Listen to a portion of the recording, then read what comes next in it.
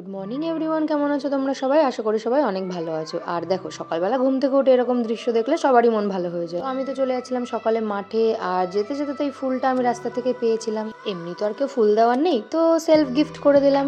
আর ফুলের জন্য একটা সুন্দর ফুল, হে হে, জোকস অ্যাপার্ট। তারপর তো বাড়ি এসে এখানে সবাই মিলে চা খেয়ে নিচ্ছিলাম, আর চায়ের সাথে খেয়ে নিয়েছিলাম একটু মাখানা। তারপরে তো স্নান করে চলে গেছিলাম একটু বেলার দিকে কাজে। আর দেখো, আজকে কাজে এসেছিলাম একদমই হঠাৎ, কোনো প্রি প্ল্যান ছিল না, কারণ আগের থেকে কোনো কাজের খোঁজ ছিল না।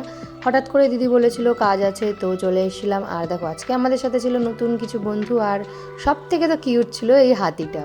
ওর হাই করার টেকনিকটা আলাদা ছিল, সবাইকে ওর সুর দিয়ে হাই করছিল। আর এখানে তো আমরা কাজে দাঁড়িয়েও গেছিলাম, আর দেখো সবাই মিলে ওদের ফটো ভিডিও করছে বলে ওরাও কিন্তু একেবারে সেভাবে পোজ দিয়েই দাঁড়িয়েছিল। তারপর তো কাজের ফাঁকে আমি একটু ফোন বের করে ওদের সাথে ভিডিও তুলছিলাম, আর এখানে দেখো কি কিউট কিউট হারকাত করছিল। তারপর তো মাঝখানে তানিয়া দি এসে গেছিল বলে তানিয়া দিকে ওর সুর দিয়ে মাথায় কন্টিনিউ মারছিল। তানিয়া দি এটাই বলছিল যে মারিস না, যখন কস্টিউমটা খুলবি তখন কিন্তু আমার কাছে অনেক মার খাবি। আজকে তো আমাদের কাজ ছিল একটা 1 বছরের বাচ্চার জন্মদিনের কাজ। তারপরে দেখতে দেখতে অনেক লোকই চলে এসেছিল, আমাদের কাজ কন্টিনিউ চালুই ছিল। তো কাজের ফাঁকে আমরা তো একটু টিফিন করতে গেছিলাম, আর আজকে তো আমাদের কপাল এতটাই খারাপ ছিল যে টিফিনে খালি একটা বিস্কুট জুটেছিল। তারপরে বিস্কুটটাও তো আমরা নর্মাল ভাবে খেতে পারিনি, তো সেটা নয় আর বললাম না, দেখেই নাও। তো যাই হোক, তারপরে কাজের শেষে চলে গেছিলাম বাড়িতে। তোমরা কিন্তু পরের ভিডিওর জন্য অবশ্যই সাবস্ক্রাইব করো। চলো, বাই।